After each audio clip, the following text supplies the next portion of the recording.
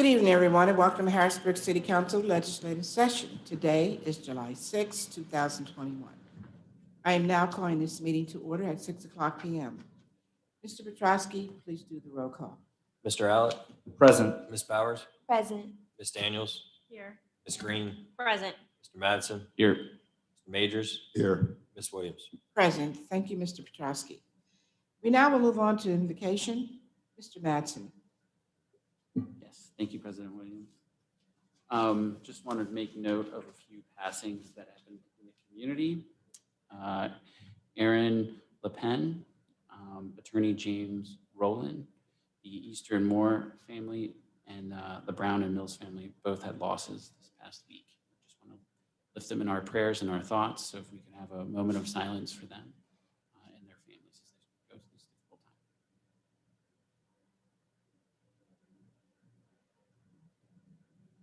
Thank you.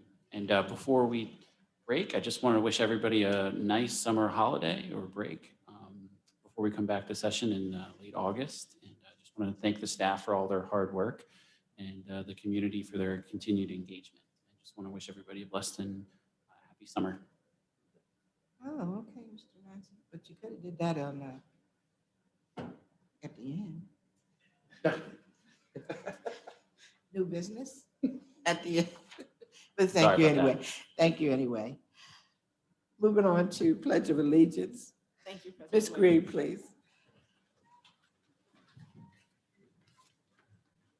I pledge allegiance to the flag of the United States of America and to the republic for which it stands, one nation, under God, indivisible, with liberty and justice for all. Thank you, Ms. Green. I'd like to take this opportunity to welcome our city council candidates who won the primary, Ms. Jocelyn Ross and Mr. Ralph Rodriguez. Good evening. Welcome. Moving on to communications. Tonight, we have communications from David Baker, who is our Director of Parks, Recreation, and Facilities. Mr. Baker, would you please come forward?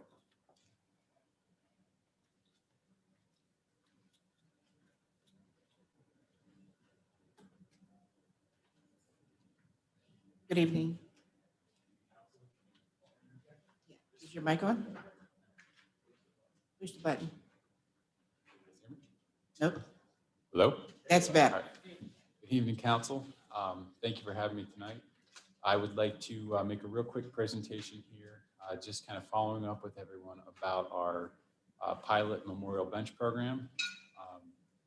In 2019, the city purchased 10 of these memorial benches. We started placing them throughout the city, basically wherever we had kind of old benches that were broken, that we needed to replace them. We started doing it with these heavy-duty cast iron benches.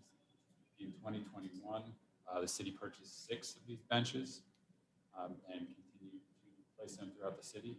There's kind of a close-up in your paperwork there of a little tribute to a memorial. And then in 2022, the city purchased 6 more of the benches. There's a picture there on the left that is, I guess that's on Riverfront Street there, Riverfront, Exemplars Grove area is where these particular benches are. The cost breakdown for the benches as of this year has gone up a little bit. They are now $1,936. The total amount that we asked the public to pay for the benches if they'd like the memorial bench is $950. We're trying to keep it around half of the price, the total price of the purchase of the bench. And again, the reason we're doing this is so we can hopefully buy 10 benches, put out 10 benches, have them memorialized, and then have the funds to be able to purchase 5 more benches that same year with those additional funds. None of these costs reflect any of the city's costs for installing the benches, the concrete work, excavation, any of the little extras. That's we would take care of that. We would do that no matter what with any bench that we'd be putting in. The next page that we have here just kind of shows a quick breakdown, like a spec sheet of the benches. In case you're wondering about dimensions, And then the second to last page, we have the different locations throughout the city that we have been able to put benches in so far. These locations are not the only place we'd like to put them. Obviously, we'd like to spread these out throughout the city. If we have new projects coming up as far as playground projects, we would like to try and incorporate some of these throughout the city to give people opportunities all over the place to make memorial benches if they so choose. And then the very last page, we just found an individual sitting on a bench and took a picture just to kind of sum everything up. Would it be all right if I gave you guys the info for where people can contact us if they'd like more information? So currently, the public can contact the Parks Department at 717-255-3003, or they can go on the city's website and they can, again, go to the Parks Department's page and they can, they can get our information on there as far as whether they want to send us an email or if they'd like to call us. And it also has our physical location on there if anyone can come in person and have any questions about it as well. Any questions, council members? Ms. Bowers? Thank you for your presentation this evening. And looking at the bullet points page, it seems like there were maybe just 2 residents that purchased the memorial benches and the others look like nonprofits and other companies. Is that accurate? As of now, yes, it is. It is a pilot program. We are just starting it, so we haven't really publicized it yet. We wanted to make sure that it was going to be somewhat successful. I mean, it's still in the very beginning stages, but what we're hoping to do is start to put that word out a little bit more here. And again, we do have to keep in mind that if we're only getting 6 benches a year, there's not a ton of opportunity for everyone all at once, just because of the fairly substantial cost of each bench. Okay, thank you. Thank you, Ms. Bowers. Ms. Green, any questions? Thank you. I don't have any questions. Thank you. Thank you, Mr. Mattson. No questions for me, thanks. Okay, Mr. Allen, No questions. Mr. Major, excuse me, Mr. Majors. Excuse me, on the bench program, no questions, but I think one question that I think we're all getting about is the status of the pools and any thing that we can talk about with respect to lifeguard certification, where we're standing. So today we had lifeguard certification at the very beginning stages of it for the next batch of individuals that are interested. We had 15 people sign up. We had 3 people show up on time, and then we had a total of 5 in the rest of the group show up throughout the training. So we are getting some people, not near as many as we want for the lifeguard training. The big problem that we're running into is just being able to get individuals to follow up with the second part, or actually going to the training. We have water in Jackson Lick. We have the ability to have the kids get in the water and to practice. It's just physically getting them there, or getting them to show up and do it. We pay for the certification, which a lot of places don't do. We're actually offering $150 bonuses this year if the kids are successful with a lifeguard certification. We do anything and everything in our power to make them successful at this. It's just getting the individuals from the application stage, going through the backgrounds, going through all the certifications. That's really what is I don't want to say it's the hardest part, but it is one of the many tough One of the parts. challenges right now. Yes. Okay, all right, thank you. Thank you, Mr. Majors. Ms. Daniels. Just following up, about how many lifeguards do you currently need? What's your minimum? I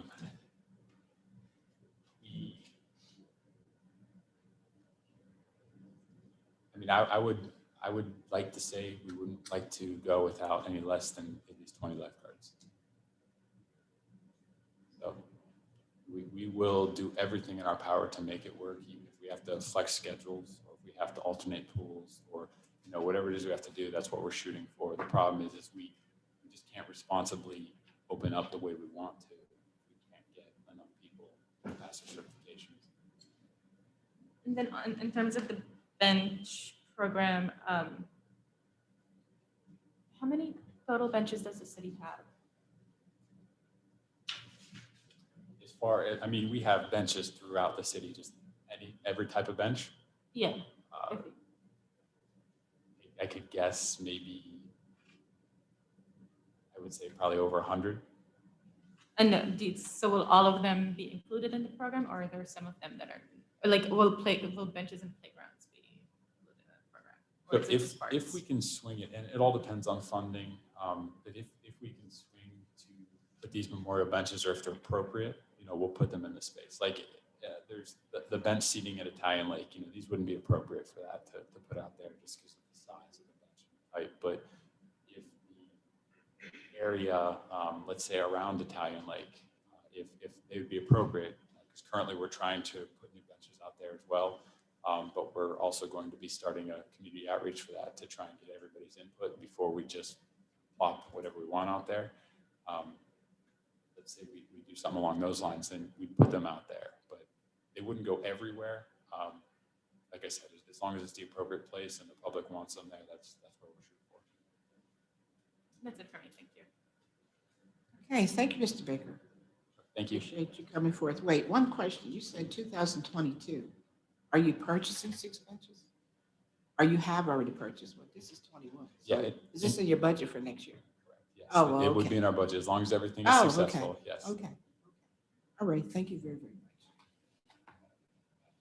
We now will move on to Ben Allett, who is our Budget and Finance Chair. Thank you. As a result of an article that hit the Berg last week talking about Harrisburg's debt refinancing plan appears to be in jeopardy, I wanted to take a few minutes to address that head on and have a conversation to provide a little bit more insight as to what's happening and the decision between Council President and myself on not moving forward with that legislation through Council. It is true that as of 6/31, the city is sitting on a general fund balance of roughly $37 million, which is very significant and probably the highest that we've seen since we've been on council. And when we were talking about refinancing the debt, we are all for reducing the liability that the city has and anything that would create the best terms for us. But upon further consideration and realization, this happened through consultation with the city treasurer, the city controller, council president, and myself, and lots of back and forth. We realized that we can simply just pay off the AMBAC deal, which is about $24.6 million, and still leave the city with at least $13 million in a general fund balance. Doing so will save us in paying off additional interest down the road, providing more operational expenses back into the city that the city could fund on things that matter to our residents. And I think it's a much better and more fiscally responsible priority for us to be able to do. Just to give you a look at that, if we did not refinance the debt and still paid the debt over the terms that had been in existence, we would be paying out about $11.8 million in interest. If we did the refinancing of the debt, that would reduce the total debt liability, but it would take that 11.8 million and take it into 8.7 million. I think it still makes sense at the end of the day that we take that 8.7 million and we get rid of that and just pay the AMBAC deal off at the $24.6 million. Other considerations that we have not factored into any of these numbers is 2 major areas. One, we will have COVID relief that will reimburse a portion of the expenses that we spent this year already that could be reimbursable. That's not factored into the $37 million in general fund balance that we have right now. Additionally, as we've seen the case, and it's common in administration that might change hands, we see a myriad of retirements and resignations. We suspect that we will not come close, not even remotely close, to spending what we have budgeted for personnel funds. So we are in no way rating the general fund in such a catastrophic way to be able to address this debt. But since I've been on council, I've made it my mission to make sure that we can ensure the city is much more fiscally responsible and also fiscally safe. And so it might be my parting exercise as my role of budget and finance chair to ensure that we can wipe this debt out and make sure the city remains on firm footing going forward for both previous, or for future councils and future administrations. So I just wanted to kind of share that with everybody. Council members have received some of the information in front of them. They can look and see some of the numbers. And this is nicely put together from Charlie DeBrunner in the Controller's Office. So thanks to Charlie and Bill for putting this information together for us. If I'm incorrect, if there's something that I'm missing, if there's something that is not known at this point in time, I would encourage the administration, feel free to respond in kind in writing to be able to showcase exactly where we might be off in our assumptions. However, I do know for a fact that as of 6/31, we truly do have $37 million sitting in the general fund balance for right now. So I just wanted to kind of provide that clarity to both those here and present, those watching on Zoom, and for the general public to be aware. This is not something that I look at in any way, shape, or form as a political issue.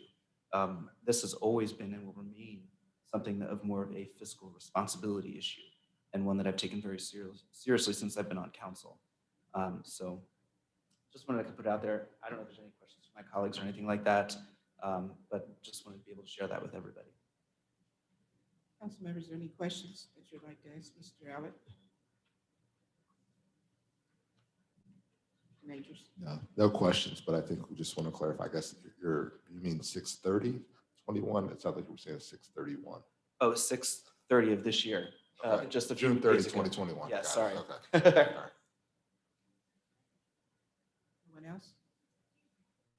Just to add to that, also, Mr. Allett, is that please take in mind to the residents of the city of Harrisburg that by not paying them back off last year, they charged us $6.4 million in interest. So that's $6.4 million of our money that AMBAC got that we should have paid off if we did. And also, administration never paid any money against the principal. So we should be very, very careful about how we do any refinancing. As well, they never contacted the ICA, which is the Intergovernmental Cooperation Agreement Board. They never notified PEFA, and they certainly did notify DCED, which is the Department of Community and Economic Development. And we never really received an amortization sheet that identified how much we were paying off and at what interest rate. So just a little clarification for that information that was disseminated out by the Berg. There's no more questions. I'm going to move now to courtesy of the floor. I'll start with my right. Anyone who would like to speak this time, please come to the mic and do so.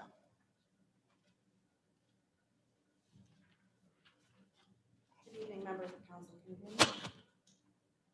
My name is Laura Harding, and my address is 2246 North 3rd Street. 2 weeks ago, I brought to your attention discrepancies in the zoning code, and upon looking into this matter further, it is apparent that the city has failed to publish in newspapers of general circulation proposed ordinances as required by Title 11 of the Consolidated Statutes, as well as changes to the zoning code as required by the Pennsylvania Municipalities Planning Code.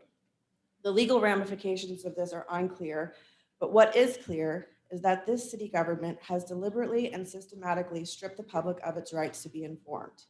This is even more clear when you examine the city's website and are unable to access information that other municipalities in this Commonwealth readily make available to their residents. And yet this capital city that should be the shining example and standard for the entire Commonwealth refuses to, and instead forces its residents to go through the arduous process of submitting right-to-know requests for information that should already be available. Based on this knowledge, any proposed ordinances or changes to the zoning code on the agenda should be tabled and not scheduled again until the city meets all requirements for publication. At previous and recent city council meetings, we have been told that the Harrisburg Police Bureau has not submitted their required quarterly reports, and in spite of Public Safety Committee Chairwoman Asha Green's request for a representative from the Harrisburg Police Bureau to attend a council meeting, no representative attended. If our elected members of council are being met with the same challenges as city residents in obtaining information from city government agencies that is required to be provided, then city council has an obligation to investigate using all powers bestowed on this legislative body You have subpoena powers, so why aren't you using them? The public that elected you is requesting this information, and you have been given the power to obtain them through other means and channels, so you should be using all of those powers. As a veteran of this country who spent the entirety of my service on active duty and was deployed on 9/11, and as a longtime resident of this city, I am especially aggrieved by the proposal for the tiny home village for homeless veterans. It is appalling to me, not only that it has been proposed to build what are essentially manufactured sheds for homeless veterans in what is known by this city to be one of the worst floodplains, but also that it is even being considered. I share all of the same concerns already raised by neighbors and fellow residents, but what I don't think has been mentioned yet is that the zoning code does not allow for this proposed use in the floodplain. Both manufactured homes, subdivisions, and parks and supportive housing are prohibited uses per the code. By considering and approving this plan, what you will really be communicating is that homeless veterans don't deserve the safety, security, and amenities that each of you and the rest of the residents of this city not only deserve, but demand. But it fits the pattern of what we have seen repetitively throughout history with the relocation of those deemed undesirable, rooted in the eugenics movement. The areas out of sight so as to not make people uncomfortable and to locations that are often unsafe. This location supports separatism rather than integration with the community and will create even more barriers for homeless veterans. There are no bus routes on weekends or holidays from that location without having to walk some distance. How is that helpful to a population where it is not uncommon to see severe injuries? If we are talking about helping the homeless population find jobs, the only days and times that they may have to go to appointments and buy groceries are nights and weekends. So how does this help them? This applicant has provided very little information about how this program will be run, provided no plan or solutions for what I see are many potential problems, and have not established that they have the relevant background and experience to operate a program in this realm, and therefore may end up doing more harm than good to a vulnerable population that has very complex needs. In addition, according to the application, a transfer of ownership from the private individuals who currently own the property to the nonprofit was supposed to have occurred, and to date, it has not, and therefore, any proceeds from the land development stands to benefit private individuals and not the applicant, which is a registered nonprofit. Veterans are very aware of the fact that we are only cared about and loved when it is politically convenient and someone stands to financially benefit. For these reasons, I ask the members of this council to vote no on Resolution 5321, 2021. Show us that you actually care. Thank you. Anyone else, please, to my left, my right? Good evening, Council. Pam Parson, Holly Street. I have a few questions for Public Safety Chair Green about last week's report. I'm wondering if we know when the report will be made public. Some of us have been waiting 38 years for a report such as this to be made available to the public. And many people could not, was sitting back here last week, I could not hear because the commissioner did not use the microphone. People listening at home, either on Zoom or via YouTube, said it was intelligible and no transcript could be created from that. A couple of things that I did pick up is I know that it was mentioned that one of the new folks who was a cadet was left go. My question around that is, are we then honest when that person, if a inquiry comes to us about that person's conduct, are we honest? Or do we just do what happened with the officer that killed Tamir Rice? We just don't share that information. Other question is about the person who was put on suspension? Is there retraining or other requirements before that person can return to active duty? Like to know what that is. Also like to know when and where applications for the Law Enforcement Review Board will be made available, how you'll be reaching out, especially since this is council's last meeting before you go on hiatus. And then the 7 CSAs who were hired, I'd be interested in knowing the racial and gender demographics, and also how many of them live in the city. Quickly, I also have to agree with many of the points that were raised by the previous speaker about the tiny home project. I believe it is very well ill thought, and that is very difficult for me to say that, knowing that the needs of unhoused veterans are great, and knowing the number of unhoused folks that we have here in Harrisburg. And the question that I thought about was, have these folks actually gone under the Mulberry Street Bridge and talked with actual unhoused folks? Yes, the board and the advisory board show veterans and very high-ranking individuals, but I want to know if the people who will mostly be served have been talked about. And I've talked to, worked with. And my other concern was noticing that the organization in 2020 had assets of $180,199, and how we go from that in 2020 to a project and 5 staff, 3 full-time, 2 part-time. By the way, the part-time people who are doing the actual work, again, are part-time. The other 3 who are doing administrative work will be full-time. I don't think the flooding issues have been adequately addressed, especially since last week we mentioned, someone up here in the dais mentioned that the last flood event there was 2011. Yeah, FEMA maps are great, but most of them are wrong. They don't take into consideration what we're having going forward. And related to that was the stormwater runoff, for which a waiver is required. And I think the rain garden is fabulous, but there's still going to be water that goes into the Paxton Creek, which is part of the flooding problem when we, because FEMA maps don't take into consideration urbanization and development and the increase in that. They only look historical. And my other concern is that it's a former industrial site. It was Phoenix Steel. And what sort of toxics are in that soil? It was mentioned to me that it was on a list for Superfund sites back in the 1980s.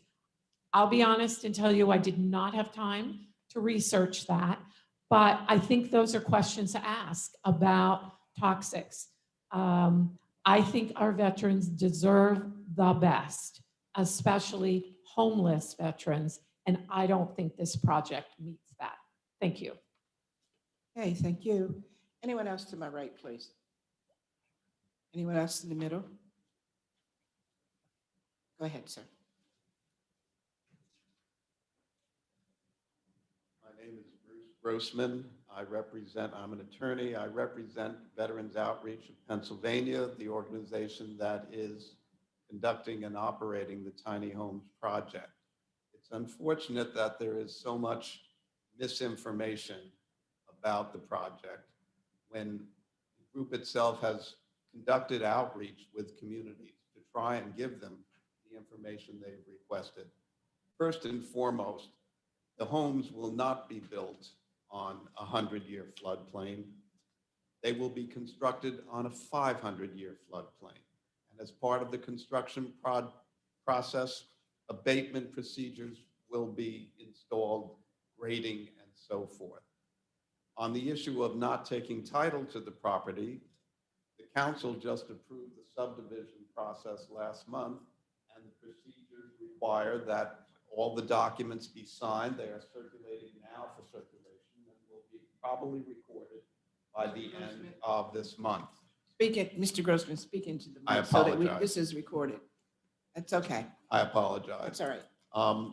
Their tiny homes will not be manufactured homes. Manufactured homes are not permitted in the city of Harrisburg. The tiny homes project obtained variances of zoning requirements that strictly dealt with the use of the property and the minimum height of the property.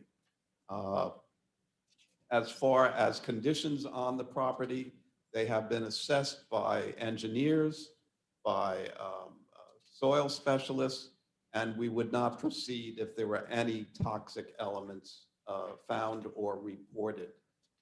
As far as the people who will be rendering the services, they will be experienced people that, yes, will be hired for that purpose. And as far as the money goes, Veterans Outreach of Pennsylvania is a Pennsylvania not-for-profit corporation. Pennsylvania not-for-profit corporations prohibit any of the officers or members of the not-for-profit corporation personally profiting from the corporation. So that is prohibited by law. As to the funds to finance this project, like any capital project, there will be a capital funding campaign to raise the money. We already have strong indications of support in the community with assurances of financing from sources in the community. We invite anytime anybody has questions to contact Veterans Outreach of Pennsylvania. They have a website. You can easily find it and contact information there, or you can contact and direct your questions to me. I'm an attorney at Caldwell and Kearns in Harrisburg, Pennsylvania. Thank you for the opportunity. You're welcome, sir. Thank you. Anyone else in the middle? Go ahead, please. to the mic. Hello, Councilman. My name is Tom Zimmerman. I'm president of Veterans Outreach of Pennsylvania. And just to add to that, the clarity, and I think it was brought up by Commissioner Majors about asking for other sites, other communities that we modeled our program after. And we listed 3 of them submitted to the email to Kurt to pass around to everybody. But this program has been proven in other parts of the country. And what we're doing is we're bringing it here to Central PA. We are by no means disrespecting any of our veterans. We're trying to get them as a transitional housing to get them back into society. With that being said, we physically visited the first one that was in Racine, Wisconsin, and spent 3 days with the founder and the executive director at that time. And we learned a lot. And so the process is, and also we have 8 different board members with over 125 years of military service. Some of my board members already work with the homelessness in the city of Harrisburg and are well connected, as well as going out and reaching out to other organizations that are currently existing in Harrisburg. Thank you very much. You're welcome. Thank you, sir. Anyone else in the middle? Anyone to my left? Okay, we'll move on with the agenda. We move on now to approval of minutes. Approval of minutes for the legislative session of June 22nd, 2021. Council members, are there any omissions, deletions, or corrections? Hearing none, minutes will stand approved. We now move on to reports of committees. Report from Chair Allett on the work session of June 29th, 2021. Mr. Allett, are you ready with your report? I am, thank you. Up for discussion at the work session on June 29th were 3 resolutions that were in Budget and Finance. The first 2, Resolution 47 and Resolution 48, were updated base plan documents for the firefighter retirement system, as well as the non-uniform municipal employees retirement system with the Pennsylvania Municipal Retirement System. We had a representative from PMRS here just to offer some information. Long and short, there's many pages to the resolution. But what they were doing is they were refining and adjusting the language to provide more clarity in terms of the retirement plan. The was no substantive changes. There was nothing that was done to alter or change or affect our employees' retirement plans, but is a requirement for us to update the base plan document by way of legislation. So we are doing that. So I do encourage my colleagues to vote in affirmation of both Resolution 47 and Resolution 48.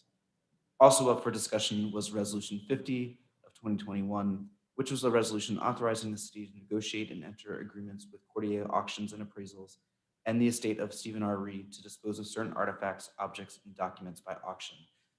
As many people may know from history, there was a large number of artifacts that have been being held by the Attorney General's office in the state of Pennsylvania that were up for dispute in terms of who owned them, whether it be the estate of former Mayor Steve Reed or the city. This resolution helps bring together some resolution with that, with both the estate, and we will be auctioning off those items, and the portion of the proceeds will come back to the city as well as to the estate of Stephen R. Reed per the agreement.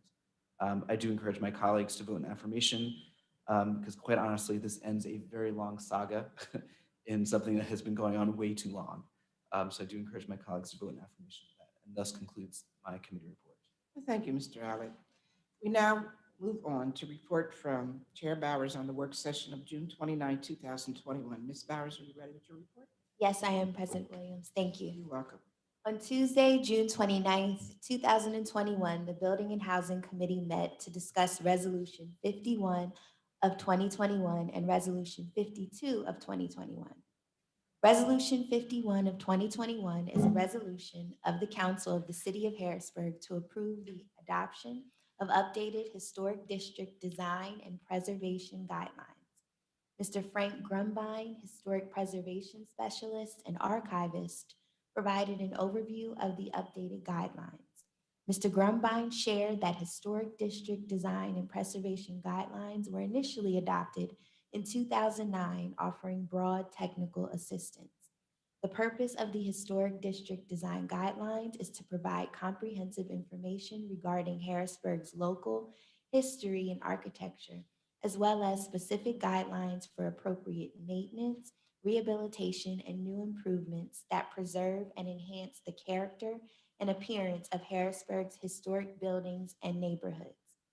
The goals of the manual are to provide practical guidance for property owners and tenants on how to perform exterior maintenance of historic buildings, assist architects, contractors, and others involved in improving historic properties to plan and implement rehabilitations and new construction projects that are appropriate to both the styles and periods of the original buildings and compatible with the architectural and aesthetic character of the neighborhood. Finally, provides education and resources to the Historic Architectural Review Board and assists them in making well-informed decisions that are essential to protecting and maintaining the overall character of the historic district. Mr. Grumbine facilitated 2 virtual public discussions on March 18th, 2021 and March 25th, 2021. Council members asked questions about flexibility within the historic preservation framework and adding new historic districts. Mr. Grumbine shared that the new guidelines offer replacement options and the use of new products in historic buildings. As projects vary, however, repairs are preferred. Repairs are both cost-effective and environmentally friendly. Mr. Grumbine shared that gaining a new municipal historic district neighborhood designation is a process that begins with the neighborhood residents who have an interest in such designation. The city has not had a new municipal historic designation since the late 90s. Finally, a recommendation was made to clearly articulate paper streets and public right-of-way within the guidelines. Resolution 52 of 2021 is a resolution approving the disposal and destruction of certain personal property owned by the city of Harrisburg, which has exhausted its useful life for city operations or has nominal value, no value, or less value than the disposable cost. Mr. Steve Stummerall, Deputy Director of IT, shared an overview of why the items are no longer useful and what items will be disposed of. Mr. Summerall explained that the majority of the items are old IT gear that no longer works. He specified that 30% of the items are completely broken. The remainder of the items are antiquated beyond repair. The items include cell phones, desktop PCs, diskettes, a docking station, firewall, hard drives, keyboards, laptops, monitors, printers, scanners, speakers, and other miscellaneous items. I would encourage my colleagues to support Resolution 51 of 2021 and Resolution 52 of 2021. Resolution 51 of 2021 will assist in modernizing the city's historic district design, while Resolution 52 of 2021 will assist in improving our technology needs. This concludes my report. Thank you, Ms. Bowers. We now move on to report from Chair Mattson on the work session of June 29, 2021. Mr. Mattson, are you ready with your report? I am, President Williams. Thank you. On June 29th, the Community and Economic Development Committee met to discuss Resolutions 53 and Resolutions 54 of 2021. Resolution 53 of 2021 is a resolution approving a preliminary final land development plan to establish a 15-unit tiny home village for homeless veterans, along with a community center and associated site improvements at 1103 South Front Street. Director Knight gave an overview of the land development plan. The applicant was present as well. The committee asked the applicant to go over concerns over flooding, whether or not there would be opportunities for local residents to occupy the homes. The applicant did provide an overview of how they plan to address flooding. The applicant will be coordinating with local nonprofits and charitable organizations to find occupants for the homes. The community center will be accessible to city residents as well. Given the project is in compliance with all of the city's rules and regulations, I would encourage all of my colleagues to vote in affirmation of the plan. Next, the committee discussed Resolution 54 of 2021, a resolution approving a preliminary final land development plan to convert an existing vacant building into a mixed-use building featuring office space and multifamily dwelling units at 2838 North Cameron Street. Director Knight gave an overview of the plan. The applicant was present as well. The committee asked questions focused on MWBE participation and affordable housing. The applicant does have a list of minority contractors that they work with in regards to below market rate housing. The applicant is not sure how much they will be able to charge given the location on Cameron. However, the committee did receive an update from the administration that we currently do not have an economic development director. And as a result, applicants currently do not have a counterpart within the administration to work with on our affordable housing legislation that was passed. We did get an update there. Hopefully the administration will be addressing how to address that so that applicants have the opportunity to participate in the affordable housing legislation that we passed. But given the applicant has met all the city's rules and regulations, I would encourage my colleagues to vote in affirmation of resolution 54, and that concludes my report. Thank you, Mr. Mattson. We now move on to report from Chair Williams on the work session of June 29, 2021. The Administration Committee introduced one piece of legislation to be discussed at the work session of June 29, 2021. Resolution 49 of 2021 confirming the appointment of David West to serve as Director of Public Works for the City of Harrisburg. Mr. West has been an employee for the City of Harrisburg for over 20 years in various positions as a laborer, demolition specialist, motor equipment operator, and previously as Deputy Director for 7 years. Presently, he has been designated as Acting Director since March of 2021. Mr. David West is well qualified and has the necessary skill set, knowledge, and experience with the Public Works Department for the City of Harrisburg. I am encouraging my colleagues to please vote in the affirmative for Mr. David West. And that concludes my report as well. We now move on to ordinance of first reading. Mr. Petrosky, please read Bill 10 of 2021 into record. Bill 10 of 2021 is an ordinance vacating and striking from the official map of the City of Harrisburg, Mercer Street, Goodyear Street, Filson Street within the block bounded by Berry Hill Street, South 23rd Street, Brookwood Street, and South 22nd Street pursuant to Chapter 3-109 of the Codified Ordinances of the City of Harrisburg. That will be placed in Public Works Committee, and that also needs a public hearing, so that will be held as well. We now move on to ordinance for amendment. We have none this evening. And we move on to ordinance for final passage. We have none. Moving on to resolutions, Resolution 47, 2021. Mr. Petrosky, please read it into record. Resolution 47 of 2021 is a resolution approving an updated base plan document adoption agreement and related amendments for the firefighter retirement system with the Pennsylvania Municipal Retirement System. Council members, any questions or comments on Resolution 47? Hearing none, Mr. Petrosky, please call the vote. Mr. Allett, Yes. Ms. Bowers, Yes. Ms. Daniels, Yes. Ms. Green, Yes. Mr. Madsen, Yes. Mr. Majors, Yes. Ms. Williams. Yes. Resolution 47 passes. Moving on to Resolution 48 of 2021. Resolution 48 of 2021 is a resolution approving an updated base plan document adoption agreement and related amendments for the non-uniformed municipal employees retirement system with the Pennsylvania Municipal Retirement System. Council members, additional questions or comments?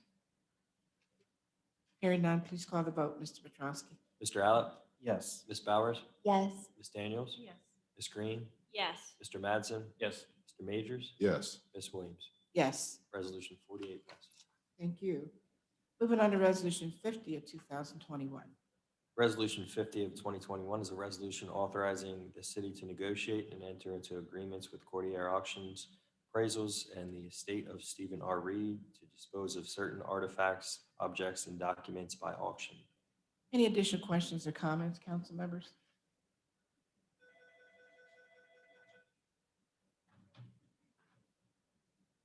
They had a question. I've never heard that happen before. That President Biden? Yeah. No additional questions or comments. Please call the vote, Mr. Petrosky. Mr. Allett, Yes. Ms. Bowers, Yes. Ms. Daniels, Yes. Ms. Green, Yes. Mr. Madsen, Yes. Mr. Majors, Yes. Ms. Williams. Yes, Resolution 50 passes. thank you. Moving on to Resolution 49 of 2021. Resolution 49 of 2021 is a resolution approving the appointment of David West as the Director of Public Works. Any additional questions or comments, council members? Hearing none, please call the vote. Mr. Allett, Yes. Ms. Bowers, Yes. Ms. Daniels, Yes. Ms. Green, Yes. Mr. Madsen, Yes. Mr. Majors, Yes. Ms. Williams. Oh, no. Oh, she's making it dramatic. Definitely yes. Resolution 49 passes. Thank you. Moving on to Resolution 51 of 2021. Resolution 51 of 2021 is a resolution of the Council of the City of Harrisburg to approve the adoption and updated historic district design and preservation guidelines. Additional questions or comments, council members? Hearing none, please call the vote. Mr. Allett, Yes. Ms. Bowers, Yes. Ms. Daniels, Yes. Ms. Green, Yes. Mr. Madsen, Yes. Mr. Majors, Yes. Ms. Williams. Yes, Resolution 51 passes. thank you. Moving on to Resolution 52 of 2021. Resolution 52 of 2021 is a resolution approving the disposal and destruction of certain personal property owned by the city of Harrisburg, which has exhausted its useful life for the city operations or has nominal value, no value, or less value than the disposal cost. Any additional questions or comments, council members? Hearing none, please call the vote. Mr. Allett, Yes. Ms. Bowers, Yes. Ms. Daniels, Yes. Ms. Green, Yes. Mr. Madsen, Yes. Mr. Majors, Yes. Ms. Williams. Yes. Resolution 52 passes. Moving on to Resolution 53 of 2021. Resolution 53 of 2021 is a resolution approving the preliminary final land development plan to establish a 15-unit tiny home village for homeless veterans along with a community center and associated site improvements at 1103 South Front Street. Any additional questions, comments, council members? President Williams. Yes, Uh, Mr. Majors. I just want to first thank the applicant for providing that information that they did provide upon further reading and about where they're being built, which is in the 500-year floodplain. And additionally, the engineer noted that it was going to be 3 to 4 feet above the base elevation within that floodplain, which far exceeds what the FEMA recommendation is for building in a floodplain, which as of right now, I believe is at least 18 inches above the base elevation in the floodplain. So I do appreciate that information. I still have some concerns, so I'm still reluctant, but I do appreciate the information that has been provided to us thus far. And I actually had an opportunity to review all the three different veterans communities that were tiny home communities that were being built. I think funding for all of these is still sort of in flux, since they do rely heavily on donations. But that's all I have. Okay, Mr. Majors. Please call the vote, Mr. Petrowski. Calling the vote for Resolution 53, Mr. Allett, Yes. Ms. Bowers, Yes. Ms. Daniels, No. Ms. Green, Yes. Mr. Madsen, Yes. Mr. Majors,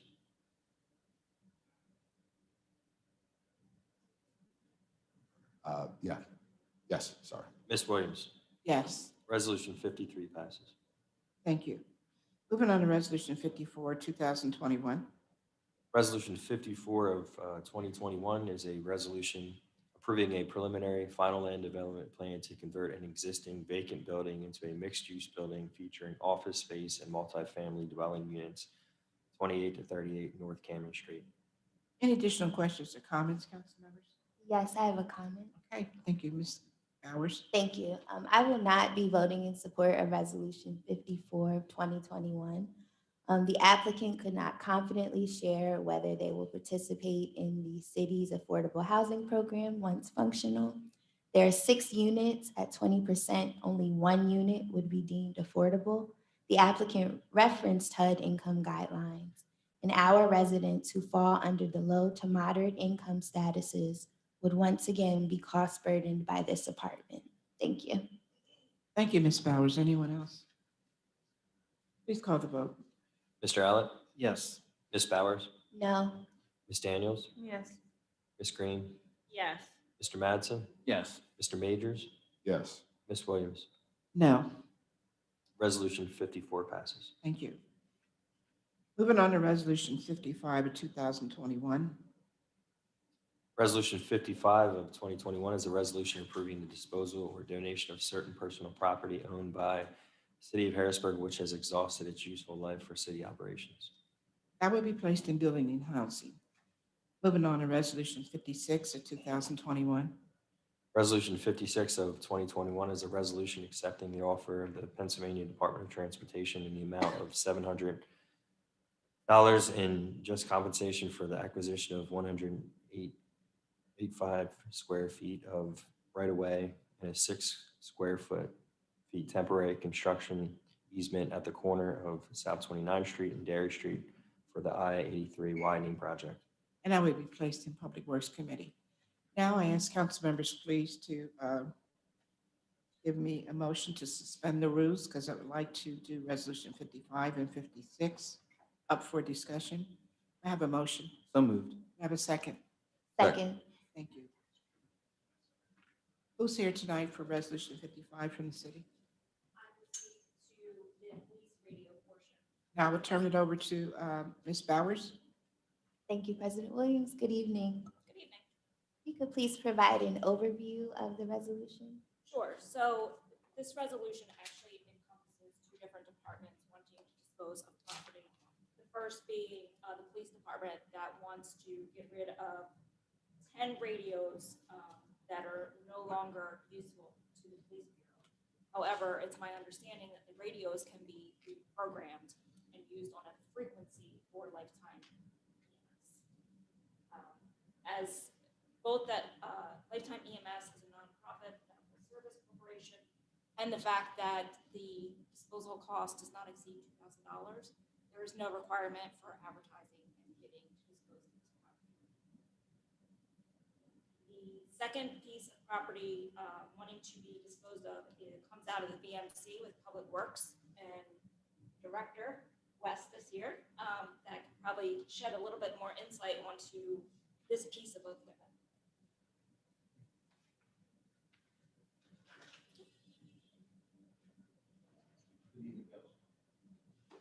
Yes, we purchased, I think through the 96 snowstorms, we were given monies to purchase large pieces of equipment when we had the major snowstorm, 20 inches and then 21 inches after that. But this piece of equipment was only used one time and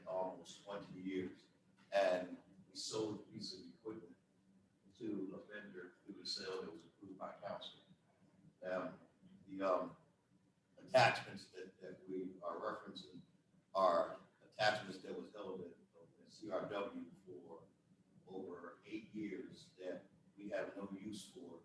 And if we send them to the scrapyard, we will get no more than $150 to $200 for them. The vendor that we sold the piece of equipment to, who could use the attachment, offered us $1,500.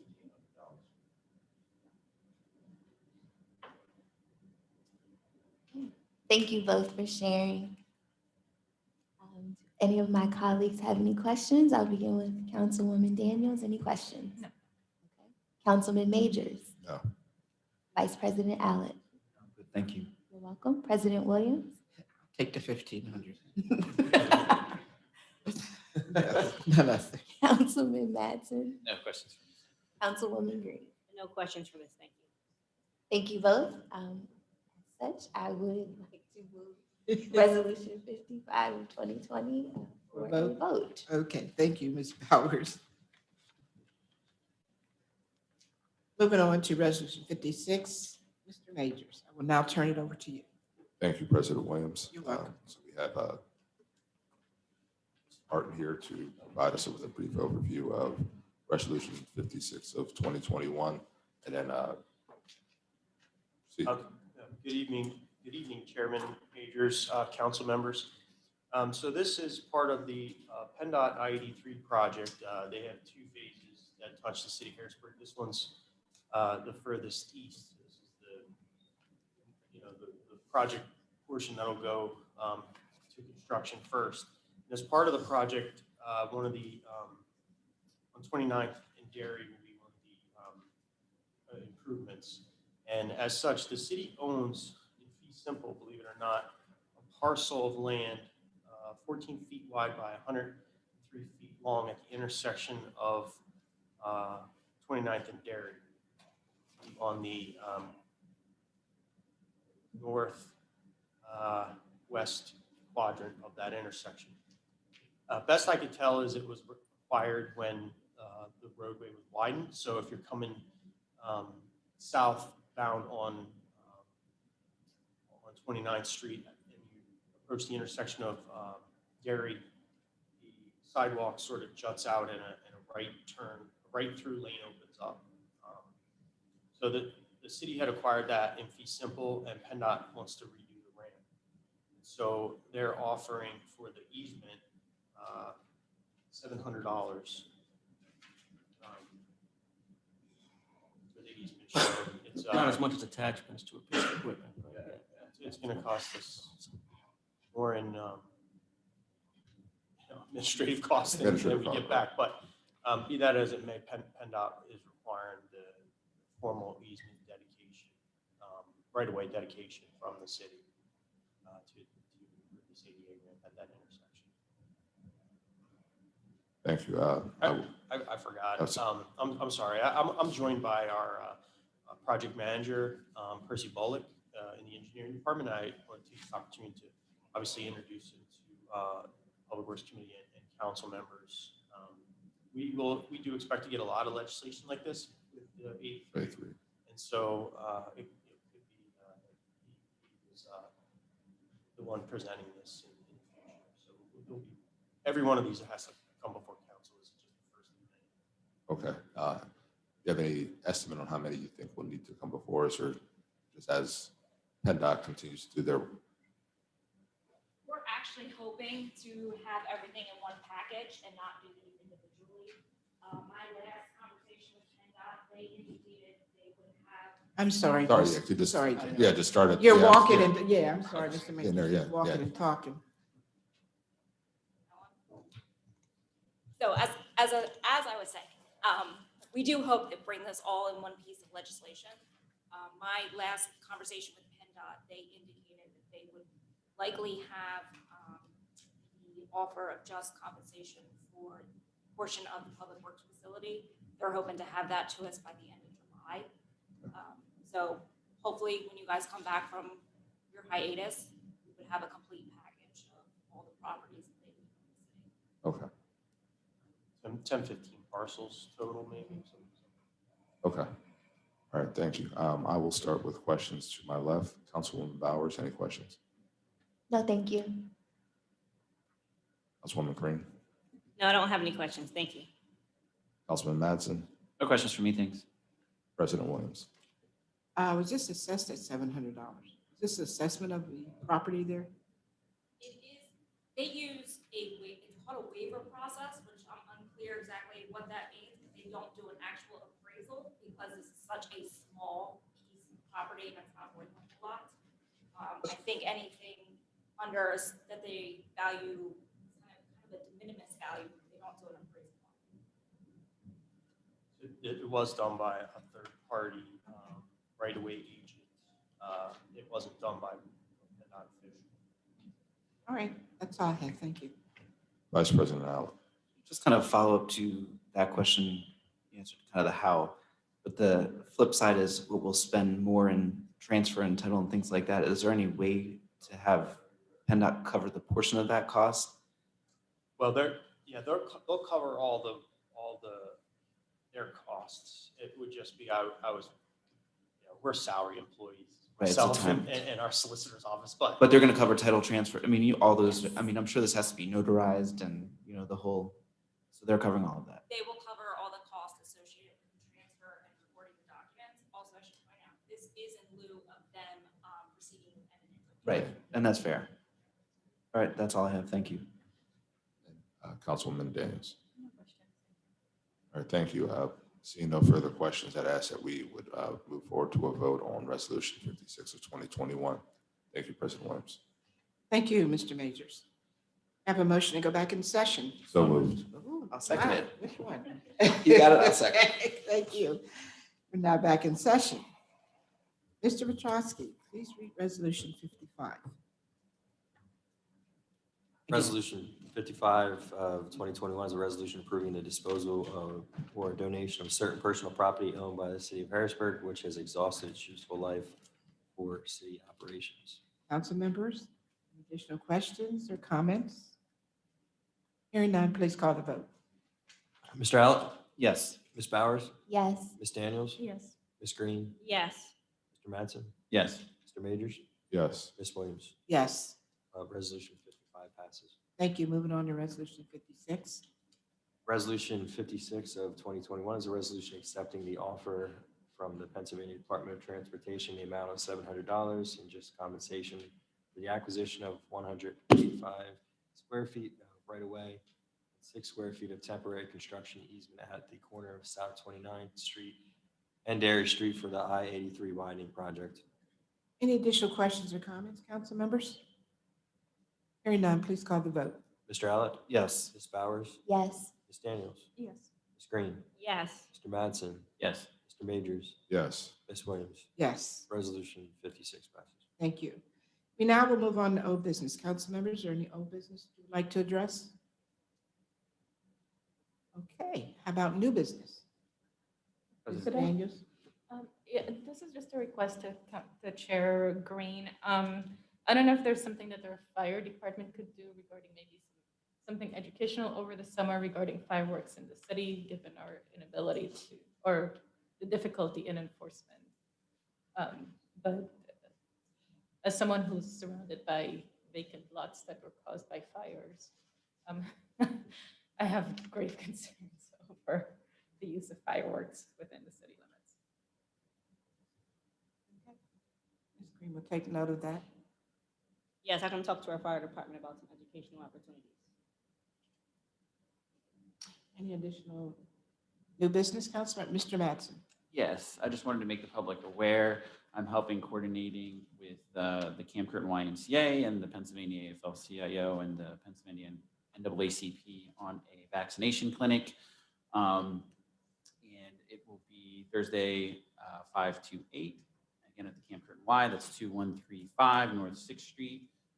12 and up are able to get vaccinated as well. So kiddos out there that need the vaccine, come out. And then we have the Johnson & Johnson available for adults that would like one shot. Okay, thank you, Mr. Mattson. Any other new business? Mr. Majors? Okay, then you're Mr. Green. Mr. Majors? Thank you. Again, I'll just note, I am hopeful that over this summer, we can work as a city to try to start making some decisions on some of this American Rescue Plan money. I think we're seeing across the country, communities are using innovative ways to try and use that money to help out their communities. We still have not had a conversation about with the administration about the use of some of those monies that have come in. I know some recent news showed that Oxnard, California was using a portion of their rescue plan money to pay essential workers for their work during and through the pandemic that is still ongoing. But I think that it's important that we have that conversation, have a public conversation, and work through with the administration and as council on how we best use those monies to improve our city and help us continue to recover from this global pandemic. So I'm looking forward to being able to have some of those conversations over the summer. Yeah, I will be happy to pass on that invitation, Madam President. Yeah, I think we've please do. had tried to have correspondence, but still haven't heard anything back. So thank you. Thank you, Mr. Majors. Good luck, Mr. Grover. Ms. Green. Thank you, President Williams. This is just a follow-up to the announcement last week that the Citizens Law Enforcement Advisory Committee applications will be available by the end of this week. They will be available both online as well as in person here at City Hall. Letters will be sent out to community groups to ensure that they're aware of these positions being open. And then we'll also make sure we're publishing them on social media and trying to get the word out as best as possible. I will also request the administration to put it in the trash bills. I'm not sure if that will happen, but a request will be made. So, thank you. Thank you, Ms. Green. Anyone else on new business? Could I give two reminders, Madam President? Sure, go ahead. Just a reminder that the 30-day period for the CDBG budget will expire after this hiatus, and the vote has to happen before, I think it's the 14th of August. So we will ask for a meeting of council simply to vote, but a vote was not allowed under the rules until that 30-day window expired. Has she given us the information that we need? Requested additional information from the CDBG? I don't know the answer to that. My office will get you the answer to that. I would but like to have that not at the 12th hour either. I don't know that there's much more information than what came at the hearing, other than the additional comments. That was you had a hearing on this, and then it's the federal regulation requires the comments that came after it be added to the record before a vote can happen. But I will inquire with DBHD and make sure whatever additional I think the information. dissemination of the funding is what I was concerned about. Okay, I'm happy to follow up with you and DBHD. I'd like to know who the nine. What the proposal is. Pardon me? You want to know what the proposal is? Right. Yes.